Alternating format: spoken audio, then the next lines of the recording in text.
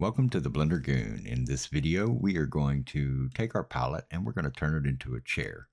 We already have everything baked, so it'll be pretty simple to do. Before we get started though, I want you to go ahead and select your palette and go up to the palette itself. Name it what you want to name it. So I'm going to name this palette. And then if you hit the drop down, we can copy the palette name and paste it in here. And then if you haven't already, go ahead and right click and mark it as an asset. And when you do, you'll see some little books beside it. And then go ahead and save your file. And that will save your palette as an asset in your asset browser if you followed the earlier videos and set all that up already. And even if you haven't, it'll still be saved. You just need to make a directory for it. Okay, so we're just going to grab this guy and we're going to copy it. So Shift D, and I'm going to move it up on the Z. About there. I can check it. I'm going to rotate it also on the Z axis by 180 degrees. That way it's not the same blocks on here. And I'm also going to move it back on the Y axis a little bit. Like that. And then we're going to copy it again. So Shift D. And I'm just going to drop it right there. Hit 3 on the number pad. And just move it and rotate it. We're just going to place it on here somewhere so that it looks pretty good. Like that looks all right. And if you want to, you can rotate these things however you want. You don't have to have it this way. You could have rotated it all the way around. Just build whatever you want by copying this thing and moving it around. So the next thing we're going to do is go ahead and hit those like and subscribe buttons. It really helps keep these Blender videos coming. You can grab extra content on Patreon and hang out with our community on Discord. Links are in the description below. Thanks, and let's get back to it. We're also going to put a support on here. So I'm just going to grab this and hit tab. And I think I'm just going to use this one. So I'll hit 3 for face select, grab this guy, and hit L on it. That'll select the whole board. And then I'm also going to hit L on the nails on both ends. Nail. All right. And Shift D, and that'll copy that. And I'm going to do a P by selection. And that'll separate it. And now I have just the one board. And we can go to front view. And we'll rotate it 90 degrees. Move it over. Oh, that was odd. Move it over here. And then 3 on the number pad, and we'll rotate that. Got a weird rotation. If you want to put the pivot point in the center, you can right click, set origin to geometry. And now it'll rotate from the center. And we can just move that somewhere like that. Maybe rotate it a little bit. And just get it placed how you want to place it. Check and make sure the nails are on the right side here. And they are. Yep, we got our nails. Go into top view with 7. And we can move that over a little bit. On X. And now if we apply our transforms with Control A, Alt Transforms, we can add a mirror modifier to this guy. And it will pop it over to the other side for us. And now we can join all this stuff together. So Shift left click, Shift left click, Shift left click, and Control J. When I joined it together, it broke because I didn't apply my modifier before I joined it together. So Control Z to back it up. Select those boards, apply your modifiers, and then Shift select those. And you can join them together. I'm going to back it up one more time because some of you may not have this modifier. To apply the modifier, you can hit this drop down and hit apply. That works also. Then you can Shift select all of them and Control J, join it all together. So we have all that built. I want some legs on this thing, so I'm just going to copy some of these guys. And I'm going to be lazy with it and just copy the 4 on the 4 corners and do a Shift D and P by selection. And we'll move that down. Whoop, whoop, whoop. Select it. There we go. GZ. Move it down. You can also use the snapping from the other video. So we can hit G and then B and then select that corner and then just touch the other corner and that should pop it on there. If you want, you can take like different ones and put them in different places because these two they're all the same all the way around. You can rotate it on a Z by 180, but then it's going to be the same as the top one up here.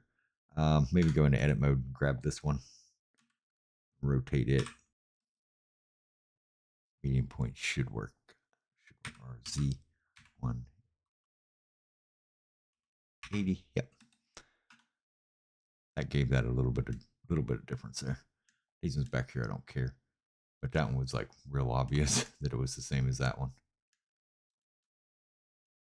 And we can call that done once we join it to the rest of it. Control J. Good. So we got our pallet chair made here. Now we need to make us a pillow to go on it, or three. So to do pillows, I'm going to check the size of this thing because we did export to Second Life and stuff. So we want to check the size of it over here in item. I'll turn my screencast keys while I'm at it. And it's fairly small, kind of, not really, but I want it bigger because cost simulation works better when things are bigger. So I'm just going to scale this guy up to probably like, I don't know, 8 meters sounds good. Don't have to apply it, just need to be, just needs to be bigger. So now I'm going to go into edit mode with this thing and grab some vertex here. So I want to grab the corner vertex. So that one, this one, and this one. And I'm going to do a Shift D and P by selection. Now we have these two edges. We can go in edit mode, A, and just fill that with F. So that gives us a base for our pillow here. So now that we have our shape for our cushion, I'm going to go ahead and hit E and extrude this guy up. And A and Shift N to recalculate the normals. While my screencast keys are back off again. Now we need some loop cuts in this guy. So Control R and we'll add some loop cuts. And then Control R again, add some more loop cuts. Try to get them evenly, make them look square. Then we need one loop cut around the side. Control R. We'll scale that out of here. Now we can right click and shade smooth this guy after you go into object mode and go down here to the physics properties and turn on cloth and back the timeline up because that's why it fell. Timeline's not backed up to 0. So if it moves, that's why. We'll move this down here. And then we can turn on pressure and we'll just give it a little bit, maybe like 0.6. And then down to bottom is field weights. You can hit that and turn the gravity to 0. Otherwise, it's going to fall and be gone. You could put a collision on this, but we don't need to. And hit play. And it'll go boing. That's a bit much. So you can go back to your properties and go down here and adjust your pressure. I'm going to turn it down a little bit. And then it restarted. So we can actively adjust this how we want to adjust it. Maybe something like that. Pause it. And then we can apply this. So go to your modifiers and apply that cloth modifier and it'll be stuck like that. Now I'm going to get into sculpting and I'm going to sculpt this out a little bit because I just want to. So jump into sculpting. I'm going to hit G to get the grab tool and go to top view with 7 on number pad. And I'm just going to grab this and kind of drag it out. If you scale your brush up, you can drag it out a little easier probably.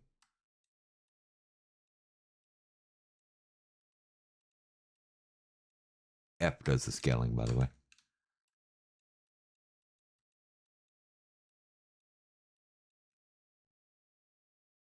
Something like that. I want to move the bottom up.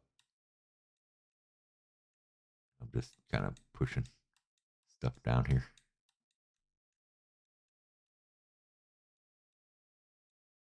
To flatten that bottom out a little bit. We could do it with proportional editing also, so I just want to push it up a little bit.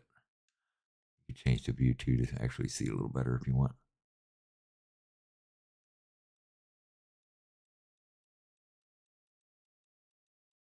This will get you guys a little bit of practice sculpting.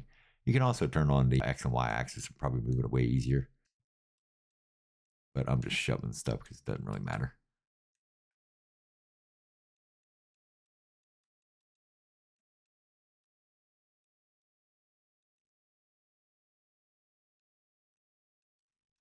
And I'm going to mess with the top of it too. Kind of squish it down a little bit.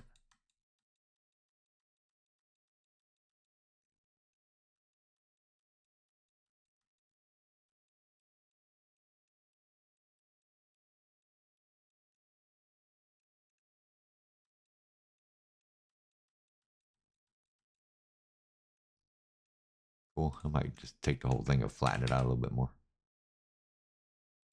Move it up. Good. Then we can take that same pillow and go into side view and do a Shift D. Maybe rotate it on the Z by 180. Rotate it. Stick it on here somehow or another. Maybe scale it on the ZZ. Nope. Scale YY. Yeah.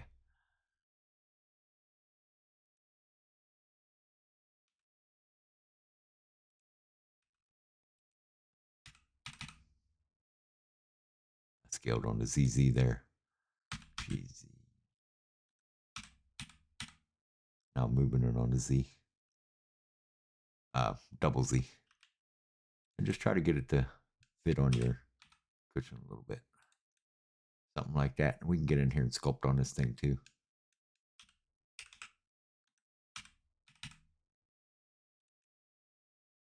To give it some good shape. So go to sculpting.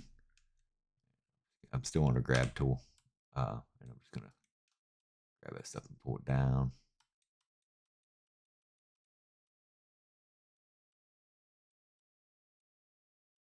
Give it some flavor here. That looks good. Back to layout.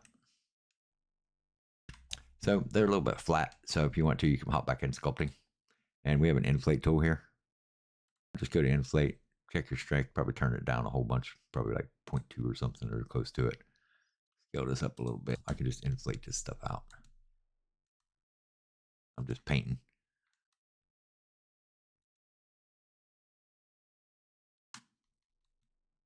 That looks okay. So this palette is the one. So if you hit this, this is the bottom cushion. That's the bottom cushion. That's the top cushion, or vice versa, rather. So now if I do that, it should work better. Yeah, now it's inflating and deflating.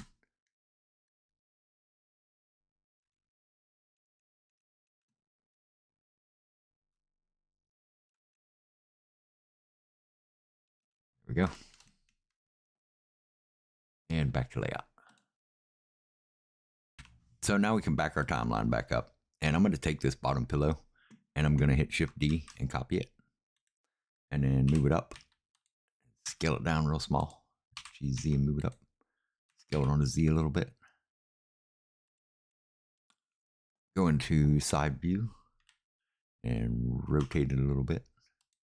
Right click, set origin to geometry because I don't like it rotating crazy. And I'm just going to move it over here and move it over to the side. Take this and put a collision on it. And we're going to put a collision on this also. So collision on both of those. And on this one, we're going to put a cloth. And then scroll down. And go to pressure. Turn the pressure up just a little bit. Maybe like 0.2. And now if we hit play, it should flop down and make a little pillow. And we can let it do what it's doing. And then we can pause it and then back it up to where we like it. So I kind of like it right there. So that looks good. We could also do two of them. So I'm going to back that up and I'm going to copy it, Shift D, X. And that should have took all the stuff, and it did. So now we can hit play and let them both do their thing. Pause and then back it up until we like it.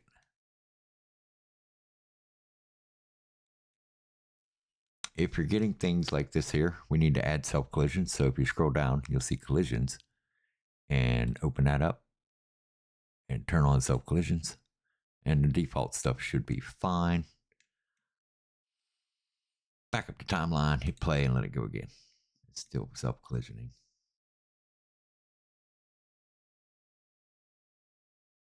But we can fix it with sculpting, so I'm not really worried about it that much. So pause it, back it up to where you like it. Probably like right there. Looks good. Got a couple pillows laying there. And you can do as many pillows as you want. You just keep copying them, and you can change the shape of them too. It doesn't have to be a square. And just do what you want with them. And once you do that, go to the modifiers, and each one of them is going to have a cloth modifier. So if you like one and you don't like the other, like let's say we like the way this one looks, but not this one. So we can take this one and apply the modifier, and then back up the timeline and play it again and do the other one a second time. Maybe I want it slid down more. Maybe you want it to fall all the way onto the floor. Put a floor down there, and you can. Matter of fact, we'll do that real quick just because we can. So mesh plane, scale the plane up, move the plane down, right about there. Add a collision to it with the physics, and then back the timeline up and hit play. And now when your pillow hits the floor, it'll just flop there. So if you wanted, you could have a pillow like right there, and then we can move it over after we're done. So let me back that up. I'm going to copy this pillow and hide it for a minute. Hit play. Let that one fall. Back the timeline up to where I like it, probably right about there. Apply the modifier of that pillow. And then unhide that other pillow we just made, which is here. Back him up and hit play. Leave it right there. Apply the modifier of that pillow. And then we can go into sculpting and we can fix these little edges. So select that pillow, go to sculpting, flip it around here. I'm going to turn it back to solid so I can see what's going on. It's like my overlays are not on. So I'm turn face orientation on so I can see that under the overlays panel. And go to your smooth brush here. Turn the strength way down. And then just paint that out.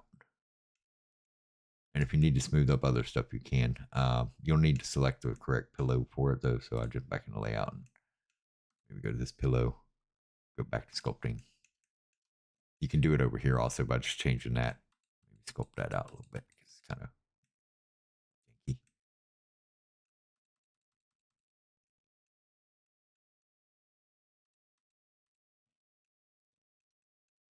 So our one little pillow down here is, off to the side. I'm going to back my timeline back up. Nothing should move. And then I'm going to grab this and hit GX and move it over to the chair. Fine. That's it for this video. Join me in the next one where we unwrap and make some piping, bake it, and get it put into Second Life. See you there.